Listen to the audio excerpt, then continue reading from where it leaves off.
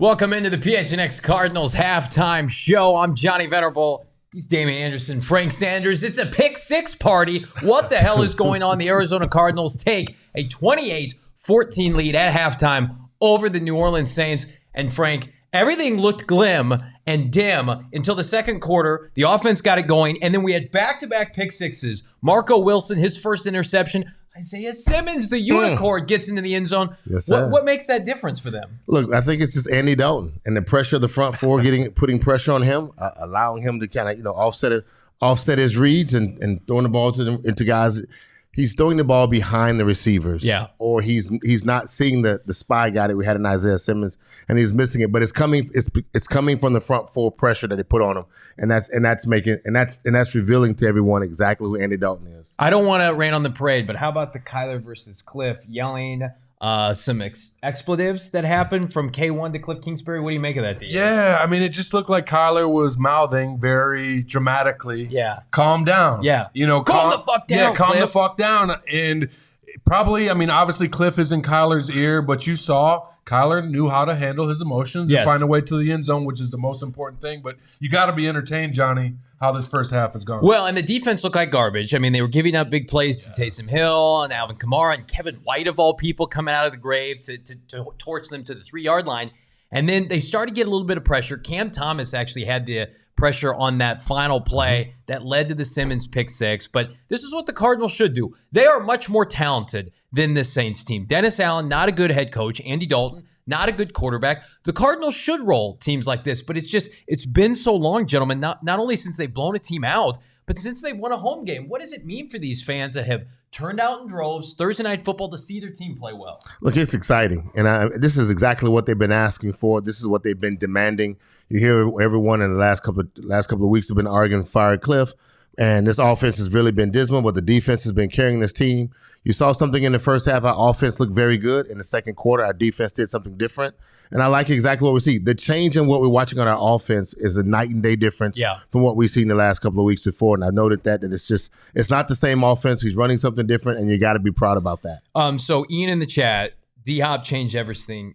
Damien, is that what you're seeing? Is the D-Hop effect in full effect, or is it just better consistency? Your boy, Keontae Ingram, scores a touchdown. For those of you who don't know, Damien works with Keontae in the offseason, helping prep for the NFL draft. Gets his first tutty tonight. Look good. Yards after catch on the little swing pass. I mean, when you're being an explosive player and talking about capitalizing on opportunities, guys, when you catch the ball, Frank was saying that dead leg hit like 7 people with that dead leg. But when you have those explosive plays, you talk about a change and you talk about the implementation of DeAndre Hopkins. I think he garners that much attention where the defenses have to account for him, and it creates opportunities like a Keontae Ingram, like we've seen with the Zach Ertz, and even just the presence of Robbie Anderson. We haven't seen him that much, but I think it's guys making plays, Johnny. It goes back to what you said. This team is better than the Saints, and they're showing it in these explosive plays that we're seeing. Well, it's exciting, too, because young players are playing. A.J. Green, I know we all love A.J. Green, what he did for this team last year, 0 snaps in the first half.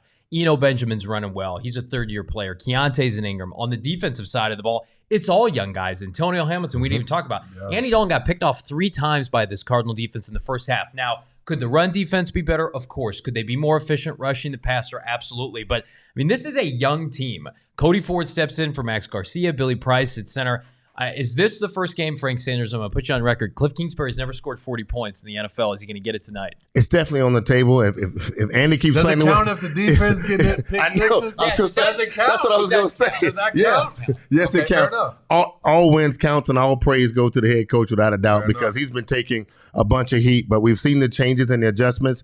We've watched our defense rise to the occasion again, but our offense definitely looks totally different, and that's because of the changes he made. And I guess what? He's been listening to you guys. He's been listening to Johnny. He's been listening to Twitter and everyone else get on his ass about that offense, and that's what we're seeing now. Guys, what we're seeing is a lot of shifts, a lot of motion. Yes. We've also seen Kyler under center. Very first time. Plays. Right. And I mean, Frank, you and I were talking about that. They could even expand upon that and get him passing the ball, because that was it looks good. A QB sneak on 4th and 1. But I like he's keeping them guessing, Johnny. And it's working because the defenses are getting those pick sixes. That's right. Jose, our GM, Saul Bookman, literally before the show told me to tell you that you were right. He's going to just enjoy the game. He's at the game right now. Yep. Thank you for staying positive. We all stay positive. Saul he wanted to will this team to victory. I think he did just that. Frankie asking in the chat, Any news on Rashad Lawrence? It doesn't look good. I would imagine he's out for the game, especially if they have a lead.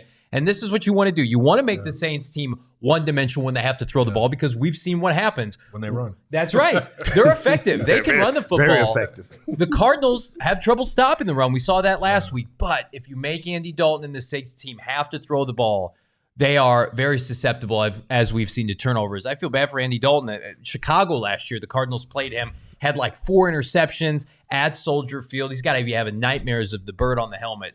Second half, Frank Sanders, what do you need to see for this team? Keep the foot on the gas. Definitely keep the foot on the gas.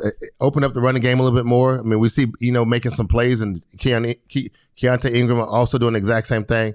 But we need to continually keep the foot on the gas defensively and just kind of put pressure on these guys. Would you say that they need to throw the ball a little bit more in the second half? Would you lean into the run game? No, I would keep the game plan the same. Johnny trying to incorporate DeAndre Hopkins and Robbie Anderson as much as possible, trying to get those one-on-one. Because we've seen that miscommunication, during the live coverage, whether it be D-Hop, whether it be Kyler Murray, and those back and forths with Kliff, right? And it could be numerous amounts of people who's doing it. But I just would like to see that offense continue to try and take those shots, get DeAndre Hopkins the ball, those one-on-one matchups, because he's garnering so much attention. And guys continuing to make plays like Keontae did. It bears repeating. The Cardinals mismanaged this kicking situation. Amendola should never have been the option. Rodrigo I know he missed the extra point, but he hit the extra point, the other 2 extra points, and he hit 2 field goals for this team.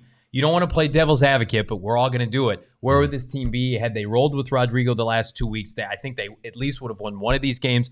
But you have to look ahead. I mean, Frank, what's the difference between 2-5 and 3-4 in the grand scheme of things? Emotionally and mentally, you setting yourself into a better light of still believing that you can get to the playoffs without a doubt. Yeah, and it gives you the reason to fight. I mean, these guys are fighting right now, even though they've had tough last couple of weeks. But look, it changes the mentality on the future, on where you really want to see this team at the end of the season. Get to some more of these comments here. Offense is still middling, according to Nightingale Sunset, to be honest. Vance is making his case, though. Listen, I was critical of Vance, wrapped my arm around him the last couple of weeks, and then the first quarter, not so hot. But then this is what the defense does so well. They have these supremely gifted athletes. That's why you have to play Isaiah Simmons. He has to be out there. That was not an easy interception. He pawed that with his hand and is a straight gazelle running with the football.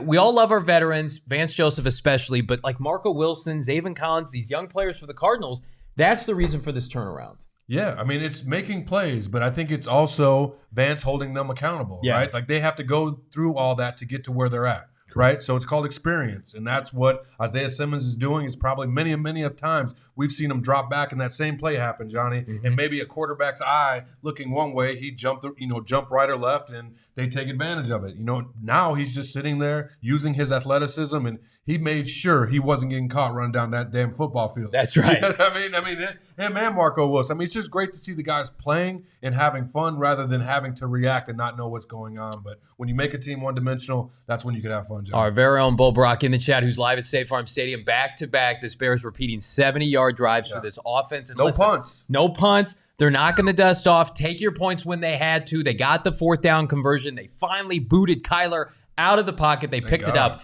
Guess what? Thank God for the first half and the second half. The 3 of us are going to be live for the PHNX Cardinals post-game show immediately following the conclusion of Thursday Night Football, Saints at Cardinals. Be sure to like this video. Enjoy the second half. We'll see you in a few.